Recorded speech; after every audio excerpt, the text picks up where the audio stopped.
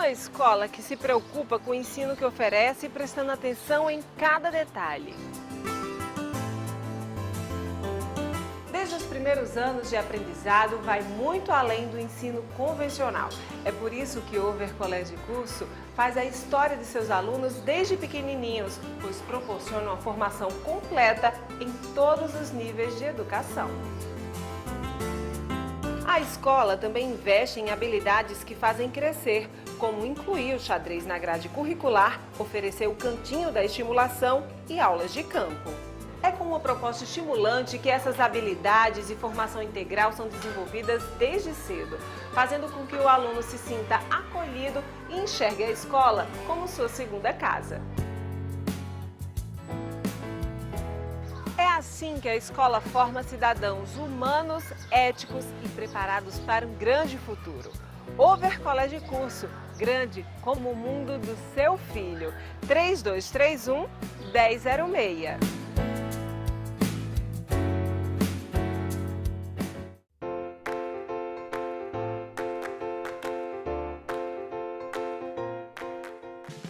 Dicas para deixar o cabelo menos oleoso. Evitar banhos muito quentes. A água quente pode gerar um maior ressecamento da pele e o couro cabeludo e acabar estimulando as glândulas a produzirem mais oleosidade. Por isso, a recomendação dos especialistas é que a pessoa tome banho com água morna ou a mais fria que ela conseguir, para evitar este efeito. Gente, a equipe do Over Colégio e Curso tem sempre ideias diferentes para preparar melhor o aluno para o Enem. A gente foi acompanhar uma aula que teve no cinema. Os alunos assistiram o filme Planeta dos Macacos e estudaram temas como racismo e diferentes etnias. I offered you peace. Planeta dos Macacos, A Guerra é o último filme da trilogia dessa nova série, tão aclamada pela crítica e sucesso de bilheteria. But now you're here. Enquanto lida com questões de seu passado, o chimpanzé César planeja se vingar do coronel, que liderou uma intensiva contra os macacos, matando vários primatas. I did not start this war. Uma trama em um universo pós-apocalíptico, ideal para quem gosta de filme cheio de ação. E olha que, pela ansiedade, esse pessoal daqui gosta, viu? Mas não foi por isso que eles vieram ao cinema, não. Bem, pelo menos não dessa vez, né? Eles são todos estudantes e estão se preparando para fazer o Enem esse ano. E se muitos especialistas recomendam momentos de lazer após períodos intensos de estudo, a escola deles decidiu foi transformar o cinema em sala de aula. O filme, pelo menos no que tange a história, ele é uma metáfora para falar de uma série de problemas que nós vivenciamos no presente e que estão relacionados a uma série de fatos ocorridos no passado e que envolvem acontecimentos do século XIX, XX e agora do século XXI. Questões como, por exemplo, os campos de concentração, preconceito racial, luta pelos direitos civis dos negros. É um filme que busca despertar no aluno a compreensão de problemas que a gente vive, como a migração. O filme Planeta dos Macacos, A Guerra vai tratar sobre uma página importante da história dos Estados Unidos, que é a marcha de conquista para o Oeste, a busca de uma terra prometida, um novo recomeço. O filme foi um sucesso já lá nos anos 70 e é um sucesso atualmente. Uma adaptação literária que busca tratar de problemas que dizem respeito à convivência e à tolerância entre os homens, independentemente de suas culturas, suas crenças, opiniões políticas e etc. The irony is we created you. Vamos então ao plano de aula. Primeiro, eles são instigados a uma discussão sobre temas que possam cair no Enem. As expressões técnicas da geologia. Depois assistem o filme, e daí o professor volta a entrar em cena para relacionar o que eles acabaram de ver com o que leram nos livros. Mas ninguém melhor do que eles, os próprios alunos, para falar se essa coisa de cinema na hora da aula dá certo mesmo. Dá ou não dá, Pedro? Eu acho bom porque você consegue abordar temas que às vezes na sala você não consegue pegar tão bem quanto num filme que é uma coisa mais temática. Então você consegue pegar algo mais específico que você normalmente não faria na sala. A gente consegue analisar melhor a perspectiva de como funciona a sociedade, né?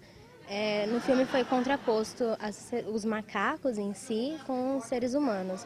A gente tem noção de como funciona a ambição, de como funcionam as guerras, o pensamento, e tem uma noção também de alguns sistemas de governo que o filme faz algumas alusões, né? No caso, eles fazem alusão ao fascismo em algumas cenas logo desde o primeiro filme e é reforçado agora no último. E é muito interessante, porque a gente aprende desopilando, né? Relaxando um pouco. O Over Colégio e Curso é conhecido por ser uma escola de ótimos resultados no Exame Nacional do Ensino Médio. E para professores como o Agenor de Geografia e o Felipe de Filosofia, a multidisciplinaridade de projetos como o CineOver tem sido fundamental para isso. Professores de História, Filosofia, Sociologia, Geografia já fazem isso normalmente. Quando você assiste um filme, uma peça de teatro, uma exposição qualquer de artes plásticas, cultura, independentemente se você vai com uma carga didática ou com pretensão, você absorve algo importante. Então, para a gente, talvez dar sugestões de como é que o lazer pode vir de encontro às necessidades, ou seja, articular a linguagem fílmica para fazer uma ponte para o seu cotidiano, para as reflexões, como o Bruce falou, da condição humana. Então, basicamente, a gente auxiliar a ter uma percepção que o lazer também e pode ser uma forma de estudo importante. Quando a gente pega um filme desse, onde a grande massa vê nele apenas um entretenimento, nós buscamos mostrar o que está por trás de tudo isso, de toda essa mídia, de toda essa exposição cinematográfica, qual é o conteúdo que esse filme ele pode trazer, tanto para uma reflexão não só voltada para uma prova, para um exame na questão do Enem, mas uma própria reflexão crítica. Então é isso que a gente busca fazer quando a gente faz uma análise filosófica e sociológica do filme. Então esse filme, que é o conjunto de uma trilogia, o primeiro, ele permite fazermos uma análise, que é a origem, o Planeta dos Macacos, a origem, permite-nos fazer uma análise do papel da ciência na sociedade. O segundo filme, que é o Confronto, permite fazermos uma análise do que é a política. Tem uma análise política muito forte. E esse de agora trata mais das questões individuais. Uma guerra, não uma guerra armada, uma guerra civil, mas uma guerra do próprio indivíduo, consigo mesmo.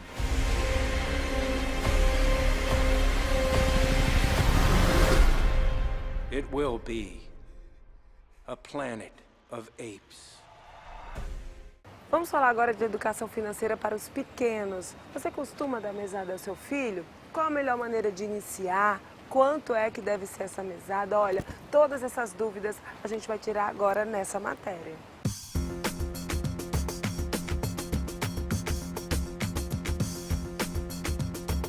O assunto hoje no cotidiano é educação financeira na infância. Eu vou conversar com o Gustavo Gaivota, que é educador financeiro, para ele passar todas as dicas pra gente. Todas não, né? Algumas dicas.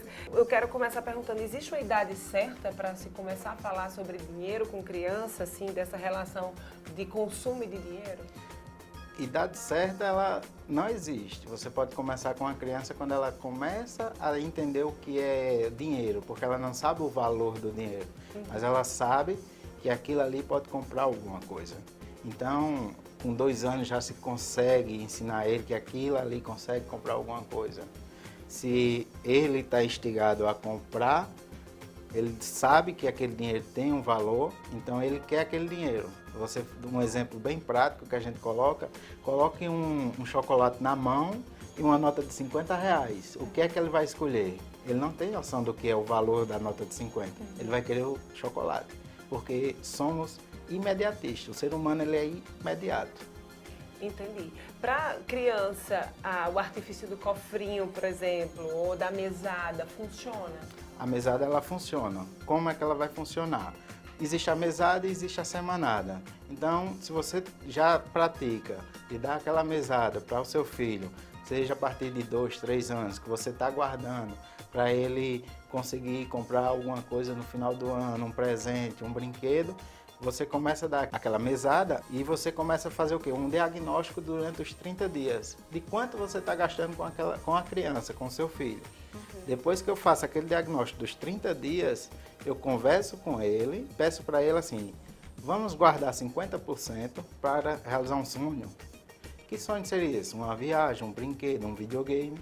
E a partir daí a criança vai estar o quê? Motivada a guardar parte do dinheiro e a outra parte para gastar lá na escola, onde ele frequenta, no shopping, na hora que ele vai sair.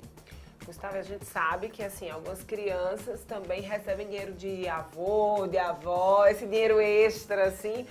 Também é importante falar sobre esse dinheiro com as crianças. Isso, porque existem 8 tipos de mesada. Tem um livro chamado Mesada, do Reinaldo Domingos, que é o mentor de uma metodologia chamada de SOP, e ele mostrou que existe 8 tipos de mesadas. E a mesada dos avós, dos tios, é uma mesada extra que vem. Já existe a mesada dos pais. E quando chega o tio que dá aquela toma aí um dinheiro, aquele é um extra. Se ele conseguir guardar esse extra com que os 50% que ele já está guardando, ele vai realizar o sonho dele o quê? Mais rapidamente. Vamos explicar um pouquinho para quem está nos assistindo como é que funciona essa metodologia que você trabalha? A metodologia de SOP ela é baseada em 4 pilares, que é o diagnosticar, sonhar, orçar e poupar. O diagnosticar, o que seria o diagnosticar? É saber o seu estado atual. Não só para a criança, mas também para os adultos. Mas a DSOP, ela já trabalha a partir do ensino infantil nas escolas. Nós estamos fazendo trabalho aqui no Brasil inteiro, inclusive aqui em Natal e no interior também, em algumas escolas particulares, onde elas adotaram o projeto de educação financeira, que é uma disciplina de educação financeira, onde ela trabalha o diagnosticar, o sonhar, o orçar e o poupar. Ela vai trabalhar o quê? A parte comportamental da criança. E envolve toda a família. E aí uma criança que hoje aprende a lidar com dinheiro, ela vai ser um adulto diferente? Com certeza, absoluto, porque trabalha o comportamento.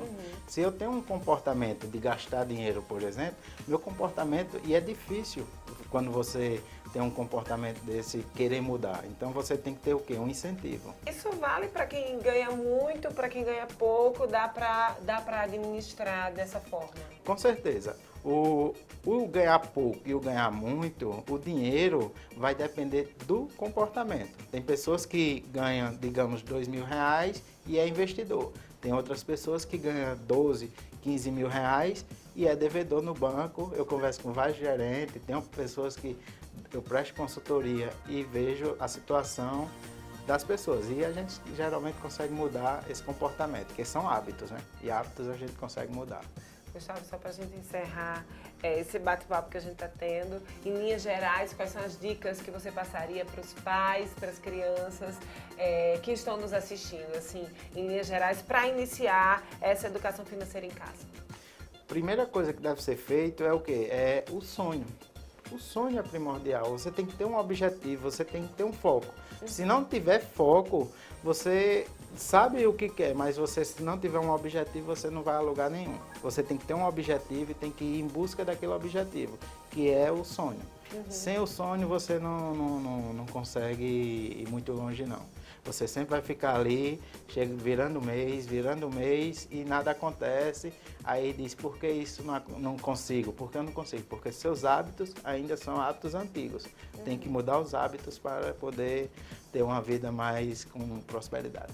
Ok, então eu quero agradecer demais, Gustavo, muito obrigada pela entrevista, pelo bate-papo, acho que foi muito esclarecedor. Quem tem criança em casa, né, está começando a falar sobre educação financeira, e quem não estava pensando em falar, é importante, né, que comece a pensar pelo menos em falar sobre a educação, como as crianças devem lidar com o dinheiro, né? É verdade, eu que agradeço.